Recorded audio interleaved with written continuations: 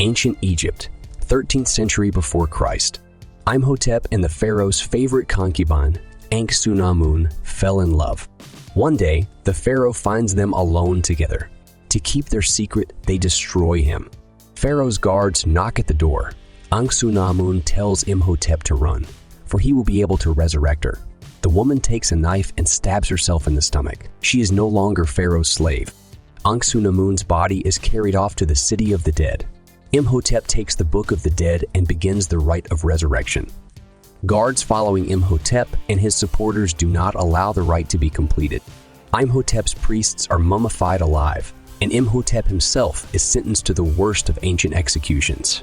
Imhotep is stripped of his tongue, wrapped in bandages, laid alive in a sarcophagus and covered with carnivorous scarab beetles. Hamunaptra, 1923. For 3,000 years, people have fought for this land, unaware of the evil that lurks beneath their feet. All the while, the descendants of Pharaoh's warriors stand guard. French Legion warriors repel an Arab attack not far from the ancient buildings. Captain Rick O'Connell tries to take cover in one of them, but his fellow soldier Benny closes the door in his face. Surrounded by the enemy, Rick O'Connell prepares to die, but the Arabs suddenly flee.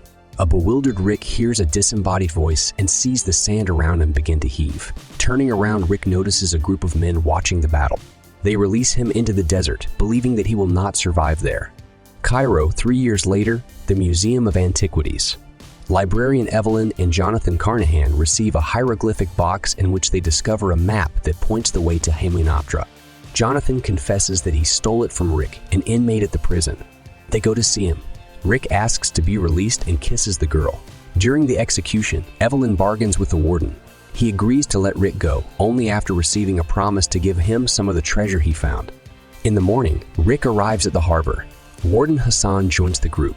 He intends to protect his investment. On the ship, they meet another group traveling in the same direction. Rick audits his weapons, and Evelyn tells him that she expects to find the Book of the Dead.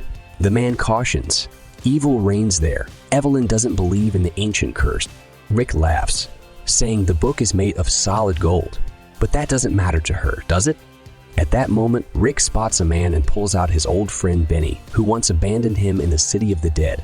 He's the one who became a guide with the Americans.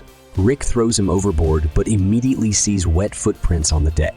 Evelyn is getting ready for bed. Suddenly, she is grabbed by a man in black and demanded to hand over the map and key. The map is on the table, but she doesn't know which key the attacker wants. Rick appears and opens fire. A lamp falls from the wall and starts a fire.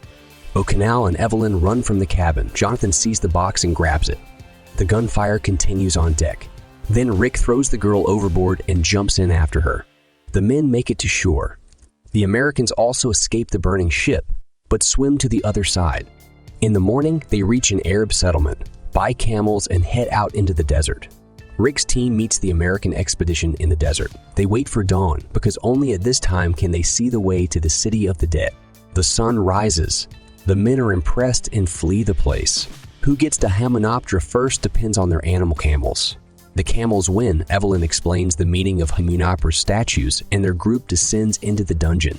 Evelyn adjusts the ancient mirrors, and the hall is illuminated. This is a place of preparation for the afterlife. While they try to find the book stash, Hassan explores the corridors and finds scarab beetles embedded in the wall. He marvels. It's blue gold. The Americans open the sarcophagus. Acid bursts out of it and kills the workers. Evelyn is told how the mummification is done, and suddenly the sarcophagus falls from above. Hassan drops one bug. This one comes to life, and then another and another. They attack the man and devour him from the inside out. Evelyn, Jonathan, and Rick explore the sarcophagus and find a place that looks like a lock. Evelyn realizes what key the man on the steamer was looking for. At night, the archaeologists' camp is attacked by the keepers of the sarcophagus, and a firefight ensues. But realizing that it was not possible to take the Europeans, the commander of the keepers gives them 1 day to leave the place. The next day, the Americans find an urn with a curse written on it. Ben runs away. One of the men opens the urn. Rick's team, meanwhile, opens the sarcophagus they found. The mummy inside looks fresh. There are nail marks on the lid of the sarcophagus. The man was buried alive. The Americans find a black book in the urn. Evelyn sees Dr. Chamberlain trying to open the book, but it is impossible without the key. The girl shows the fossilized scarabs. That's why their mummy looks like this. They say that if the victim is resurrected, it will bring the 10 curses of Egypt. At night, they sneak out a book, open it, and read it, not realizing they are casting a spell. There is a noise and a cloud of locusts descends on the people. Everyone rushes to escape, not realizing where it has come from. One of the scientists burns, lags behind, and is attacked. A river of scarabs bursts out. Frightened Evelyn falls into the corridor and finds Burns there without eyes.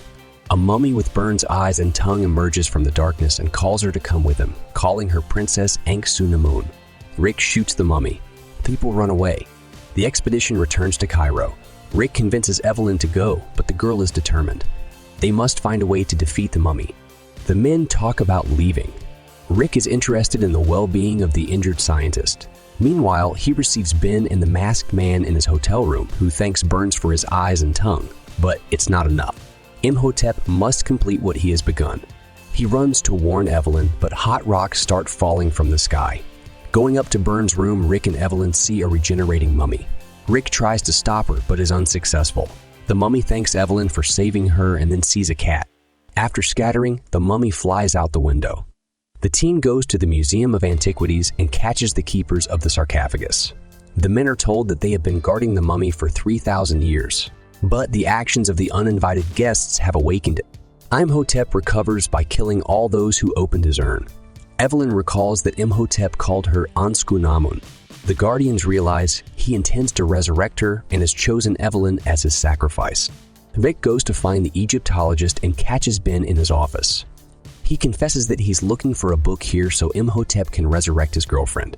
Hearing screams, the men rush to the window and see the Egyptologist lying down and a mummy standing over him with a book in his hands. Almost recovered, Imhotep makes his way into the inn. He admires a sleeping Evelyn and tries to kiss her, but Rick, who enters, shows him the cat and the mummy escapes. Evelyn tells him about the black book the Americans found. According to legend, it brings back from the dead. Then it turns out that the golden book can kill the mummy, so we have to find it. Imhotep's men rush in. Jonathan runs off to get the car. Evelyn finally realizes the golden book is inside the statue of Horus. Jonathan makes it to the car. The men drive off, but the crowd chases after them and blocks the road. Rick orders them not to stop. Eventually, they're surrounded in the square. Imhotep asks Evelyn to come to him. Then he will spare her friends. Evelyn goes with the mummy. He must take it to Hamunaptra to perform the ritual. Imhotep gives the order to kill everyone. Rick underfoots the trapdoor and opens the lid. And while the scientist covers them, the men hide. Royal Air Force Base. An old pilot lends his plane to his friends. They fly to Hamunaptra. Evelyn and Ben fall out of a sand vortex, and the vortex itself turns into Imhotep. Noticing the soldiers, he raises a sandstorm with the face of a mummy. The sand spins the light airplane around, but then Evelyn kisses Imhotep and he is distracted. The airplane crashes over the hill. The three remaining friends descend into the Hall of the Dead City and enter the ancient treasury. Throughout the city, the mummies of Imhotep's priests begin to come to life. Evelyn comes to her senses, bound in a sarcophagus next to the Anksunamun mummy. Ben stuffs bags full of treasure and escapes from the Hamunaptra. Rick and Jonathan find the golden book. Imhotep begins the ritual of reanimation, but at the last moment, Jonathan reveals the book. Rick fends off the mummy's attacks while protecting Evelyn. Jonathan tries to read the spell on the cover of the book, but only summons another team of mummies. Evelyn asks Jonathan to finish the spell and dodges numerous enemies.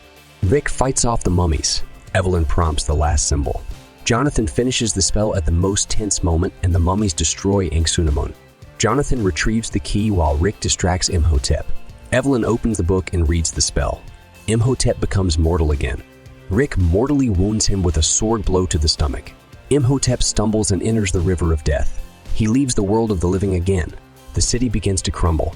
The heroes rush for the exit, the walls fall. A cloud of sand rises and buries the city of the dead beneath them. Jonathan is saddened. They return empty-handed again, but Rick and Evelyn disagree with that statement. That's all for today. What do you think of this movie? Write your opinion in the comments.